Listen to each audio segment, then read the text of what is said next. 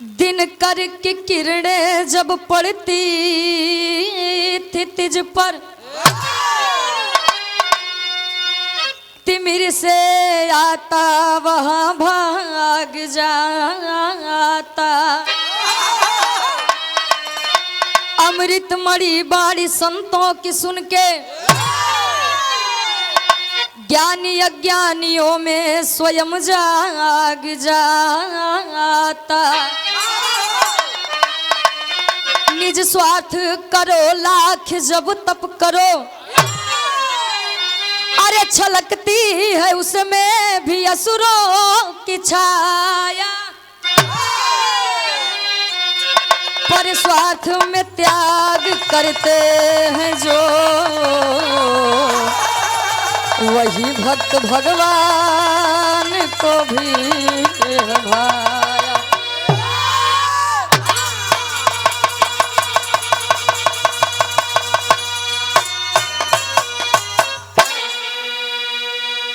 पर स्वार्थ में त्याग करते हैं जो, वही भक्त भगवान को भी है भाया। बिना स्वार्थ अगर काम करबा तक काम का फल मिले, अगर पहले स्वार्थ जोड़ लेबा तो कर फल विराह में बड़ी बढ़िया गजल के संकेत करत हैं कवि जी।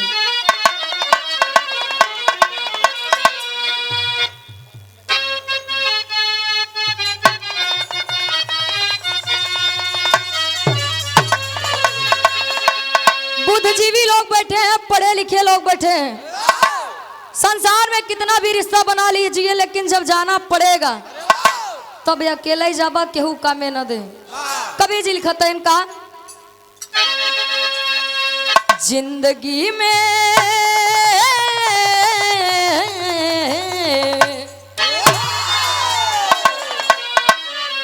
जिंदगी में हजारों का मेला जुड़ा, हंस जब जब उड़ा तब अकेला उड़ा।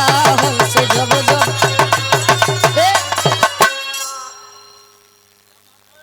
हंस जब जब उड़ा तब अकेला उड़ा। लेकिन भाव पर गौर करेंगे आप लोग। आप परम सम्मानित आदरणीय श्री कवि सूर्यभान यादव जी, गुरु जी के द्वारा इस भाव को समझते हुए 201 रुपए का महान आशीर्वाद। कहे, भक्ति शक्ति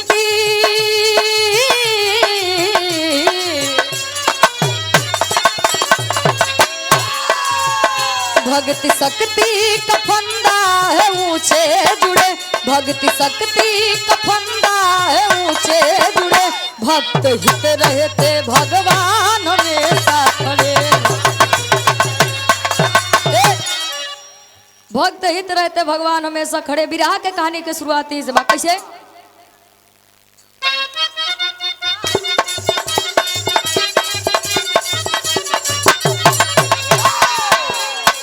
इंसानियत हो जिसमें सच्चा इंसान है, इंसानियत हो जिसमें सच्चा इंसान है, उसके लिए तो सारा जग ही जहान है।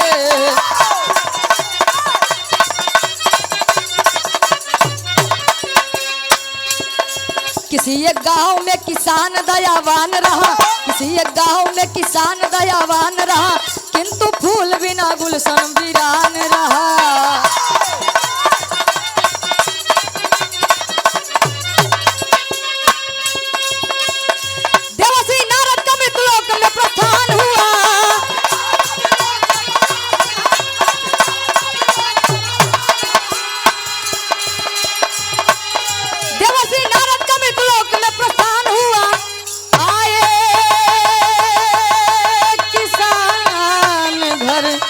अब यथाचित समान हुआ। कहानी पे आप लोग गौर करिए तनिषा। नारद जी आकाश मार्ग से जाते हैं, समय क्या भाव है, आकाश मार्ग से जाते हैं, नीचे किसान जी दुआरे बैठा है, मन मारे बैठा है, कहन कस भैया केस बड़ा उदास है, कोनो तकलीफ बका, कहन तकलीफ है, तकलीफ है, कहन का कहन नाथ जवन बात तौन ठीक है बा, लेकिन हमारे कोनो संतान नहीं बा। आप तो प्रभु विष्णु जी के इतना बड़ा भक्त है, तो काहे ना एक लड़का दिवाई देता है। कहन नाथ बस है तो नहीं छोट बा, कहन हम बहने जाते ही तुरंत दिवाई थे। गीत लागत बा कैसे, आप आदरणीय इस भाव को समझते हुए विरहा की बहुत ही सुंदर गायिका धर्म की आप हमारी बड़ी बहन, अरे वाह, आप प्रियंका माधुरी जी, आपकी तरफ से इस भाव को समझते हुए 201 रुपए का महान आशीर्वाद। एक स्वर में सबके नमस्ते प्रणाम स्वीकार हो। गीत लगत बाकी से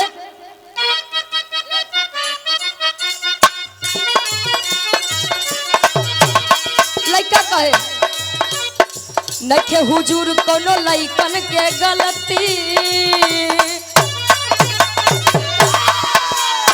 नखे हुजूर कोनो लइकन के गलती, ये मिजाज गड़बड़ावेली। भाव पर गौर करिए आप लोग। विष्णु जी के लगे पहुंचते हैं क्षीर सागर में नारद जी, कैसे क्या बात है। बीड़ाधारी विष्णु से जाके, बीड़ाधारी विष्णु से जाके सारी बात बतावेले। बीड़ाधारी बीड़ाधारी विष्णु से जाके सारी बात बतावेले।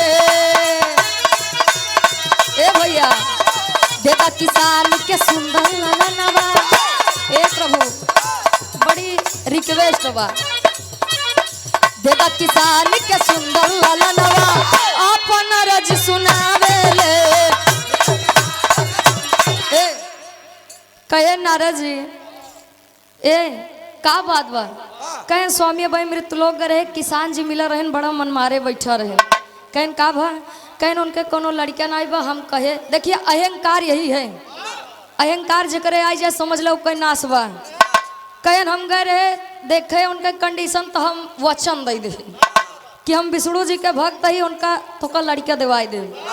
नारद जी कहन सब तो ठीक ही बा नारद जी, लेकिन सुना हमार बात। कहा तन कैसे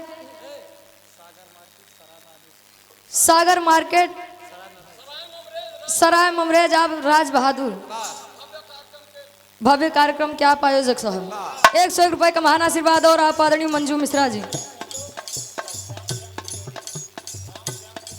राम श्याम की जोड़ी है मंजू मिश्रा और सूर्यभान कबीर जी की आशीर्वाद के चारे कि हम बच्चे अपनी कला में कामयाब रहे। विष्णु जी कहते हैं कैसे हेलो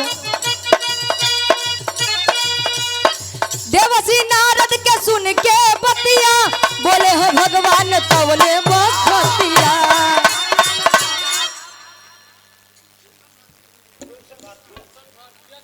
आप आदरणीय श्री गुलशन भाटिया जी झूसी की पावन धरती से 201 रुपए का महान आशीर्वाद। विष्णु जी कहते हैं लिखा नहीं है लाल भाग्य में, लिखा नहीं है लाल भाग्य में, आपन रज सुनावेले। कहे नारद उ सब भुला जाओ, करे किस्मत में लड़कियां नहीं बा, बस यार तनी पॉइंट पकड़िए। कहे नो करे लड़कियां नहीं बा किस्मत में, कुछ दिन तो करे दुआरे जिन जाया। क्षीर सागर के बाद क्षीर सागर में छोड़ा, किसान जी के दुआरे अलग जगावत महात्मा जी, खाटी इलाहाबादी तर्ज लागत बा। कैसे आप स्वर्गीय विराह सम्राट हैदर अली गुरु जी गावत रहे। कैसे गावत रहे ए बाबू घुसुरी गवा बरधा, ए पंचो घुसुरी गवा बरधा, कहा सरी माझारी कहा अरे गजब की हूँ बहिनी, अरे गजब की हूँ बहिनी, कहा चीनी भातार हो गया। अरे तो टंगिए में टंगिया ए बाबू, टंगिए में टंगिया फसवाली हो नदी भौजैया। कहे टंगिए में टंगिया फसवाली रे नदी भौजैया। तो कहे ऊपर ऐसे डाल के ही लवाली हो नदी भौजैया। तो कहे ऊपर से डाल के ही लवाली रे नदी भौजैया। कहे माल सफेद गिरावाली हो नदी भौजैया, माल सफेद गिरौली हो नदी भौजैया। राम श्याम की जोड़ी आप परम सम्मानित कवि श्री सूर्यभान यादव जी और मंजू मिश्रा जी, पुनः 101 रुपए का महान आशीर्वाद। लेकिन गौर करेंगे आप लोग, किसान जी के दुआरे अलग जगह बा, महात्मा जी अलग जगह होता है इनका। ए बाबू जय रोटी देते बेटवाला, अरे जय रोटी देते बेटवाला, कहाई है बरदान बा जय रोटी दे। ये तने तनारा जी के बात सुनते ही मान किसान जी बाबा कहे का कहे कहे सुने बताओ तही कहे भूखिया लगल बा जइगो रोटिया खियाइबा जय रोटी तय लाल पहाड़ में पैबा पैदा होई है ला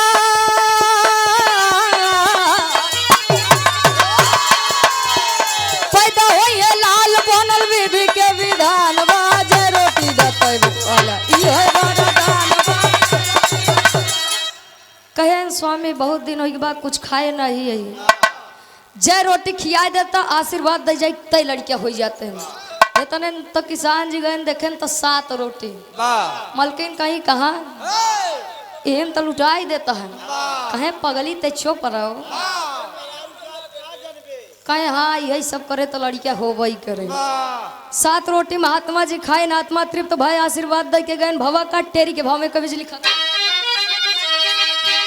अरे भक्ति की शक्ति भारी पड़ गई अरे तो भक्ति की शक्ति भारी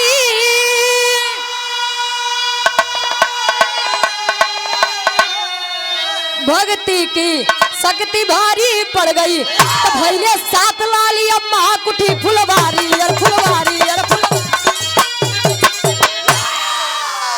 भैले 7 लाली अम्मा कुठी फुलवारी भक्ति की शक्ति भारी पड़ गई 7 गदेला किसान जी के बहन राधे श्याम के भाव में कवि जी लिखत है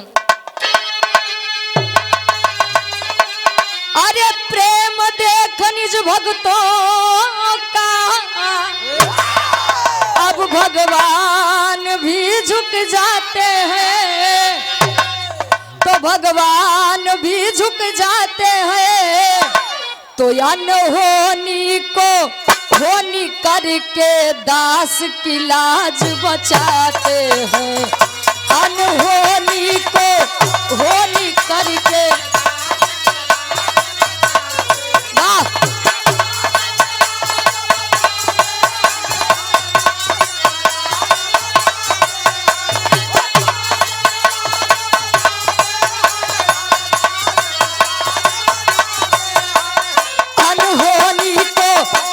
करके दास की लाज बचाते हैं अनहोनी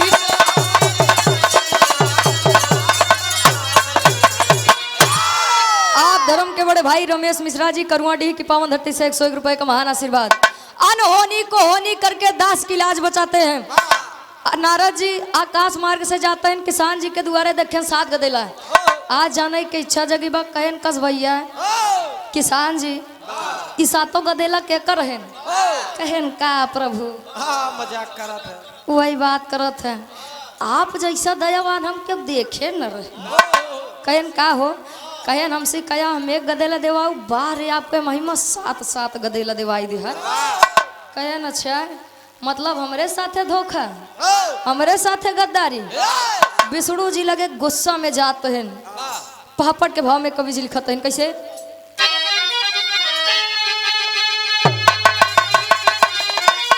अरे सोच रहे देवर श्री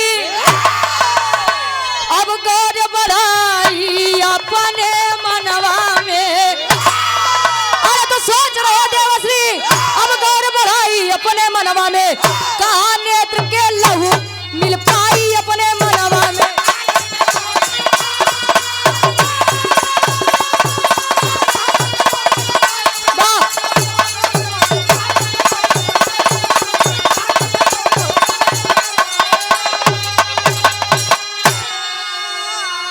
और विराह की बहुत ही सुंदर गायिका आप आदरणीय परम सम्मानित धर्म की बड़ी बहन आप सोना सुहानी दीदी जी के द्वारा सुंदर पुष्प पंखुड़ियों में गुथा हुआ हार ढेर सारा मैं पुरस्कार आप आदरणीय मयंक पांडे जी बरस्ता कला की पावन धरती से 101 रुपए का महान आशीर्वाद कहन जब पहुंचे नारद जी लगे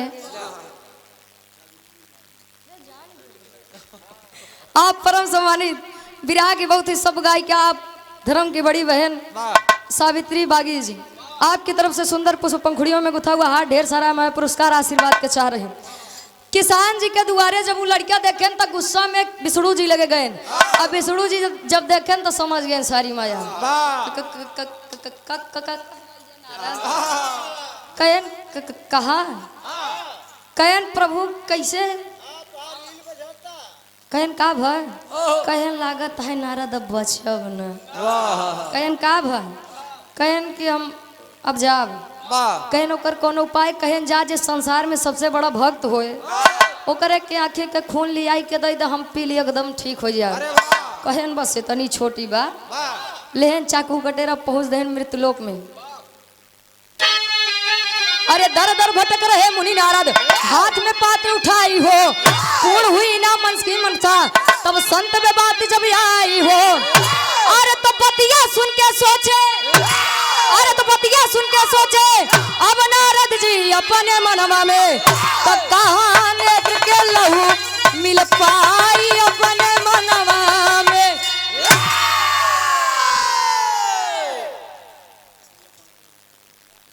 आप बिरहा की बहुत ही सुंदर गायिका आप धर्म की बड़ी बहन प्रिया पंखुड़ी जी सुंदर पुष्प पंखुड़ियों में गुथा हुआ ढेर सारा हमारे पुरस्कार आशीर्वाद के चाह रही। चाकू कटोरा लाई के मृत्युलोक में टारा तहन देखा जेका देखा तहन तिलक चंदन लगाए बा राहुल भैया तिलक चंदन लगाए बा कहन का भैया विष्णु जी के भक्त है। कहन पूछा जी उनसे बड़ी भक्ति तो हमसे ज्यादा के कही नहीं सकल। कहन तब लावा आंखें खोन दा कहे न रे प्रभु इतना बड़ा अब उतना बड़ा ना ही है कि एक आँखी सूर हो जाए। हमार घरे दुल्ही बा दू ठी गदेला हाँ कहाँ जाएंगे। धीरे धीरे समय बीता पहुंचन कहाँ जौन महात्मा आशीर्वाद दिए रहे आल्हा के भाव में।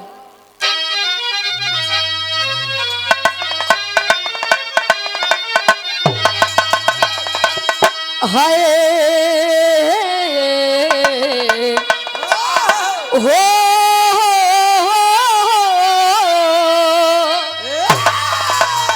तनिर धन के मिले जैसे ज्ञान के गठरिया बाबू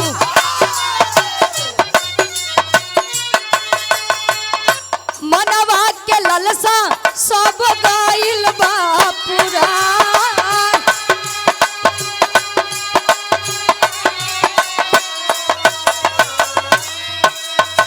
सुर नार मुनि करते जे कर भजनिया बाबू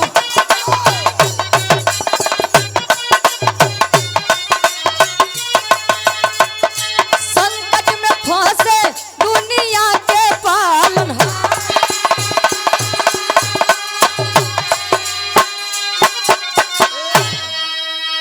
कहानी एकदम लास्ट में आप लोग गौर करिए।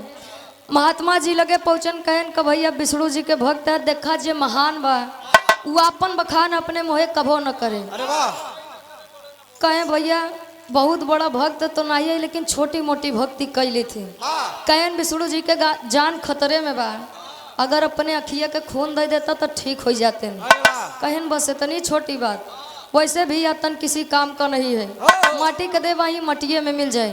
बिना कुछ सोचे समझे चाकू उठाई के आँखी मारे खून बहाए लगा कटोरा आगे कह दे खून लेहन आयन विष्णु जी लगे विष्णु जी मुस्कुराए लगे। विष्णु जी जब मुस्कुराए लगे नारद जी कहन वाह सिर्फ खून की खुशबू से हमारे प्रभु एकदम ठीक हो गए अगर पी लेते तब का होते गयन कहन प्रभु कुछ सवाल बा कहता तो पूछ लेते हैं। कहन पूछा कहन अच्छा एक बात बतावा हम मृत्युलोक लौट के आए ते आप कहा कि ओकरे किस्मत में लड़के है ही न बा।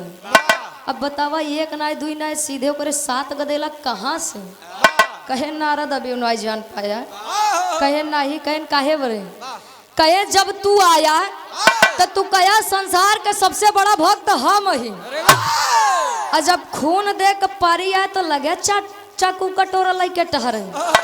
अभी बतावा तू केकर भक्त है केकर भक्ति करत है। आज नारद जी को पश्चाताप होता है। आखिरी में खड़ी के भाव में कवि जी लिखत है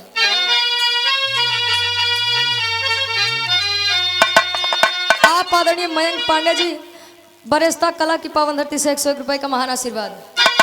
अरे भगवान विष्णु हंस के करे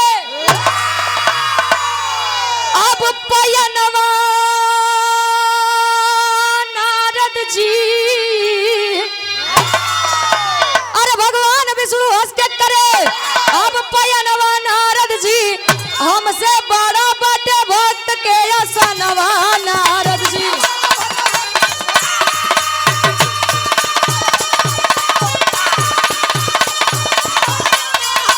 वाह।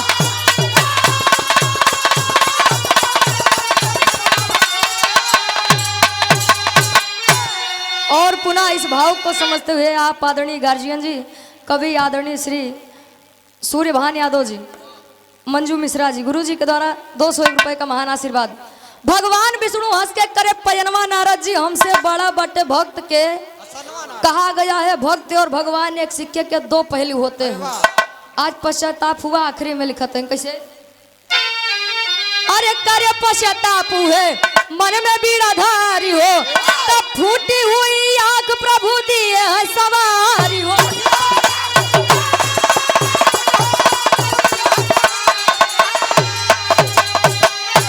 अरे खुल गईले तब ज्ञान के, अरे खुल गईले तब ज्ञान के, अब नयनवा नारद जी।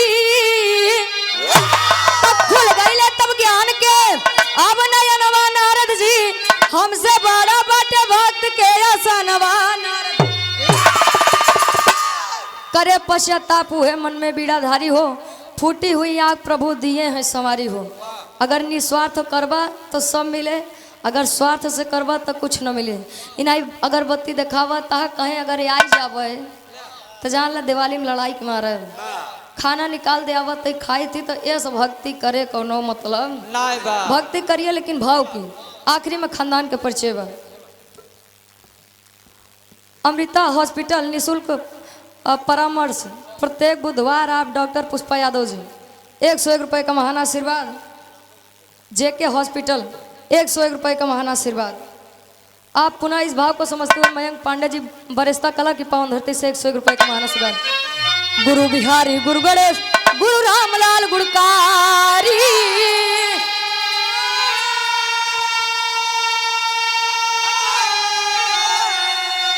अरे स्वर्ग से चंद्रिका कवि भारत यादव जी बने पुजारी हो।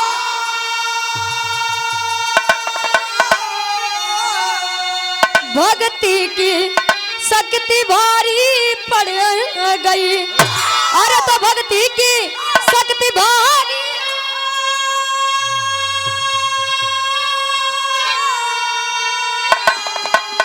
भक्ति की शक्ति भारी पड़ गई। तो गाँव में रुचि यादव माँ शारद सदा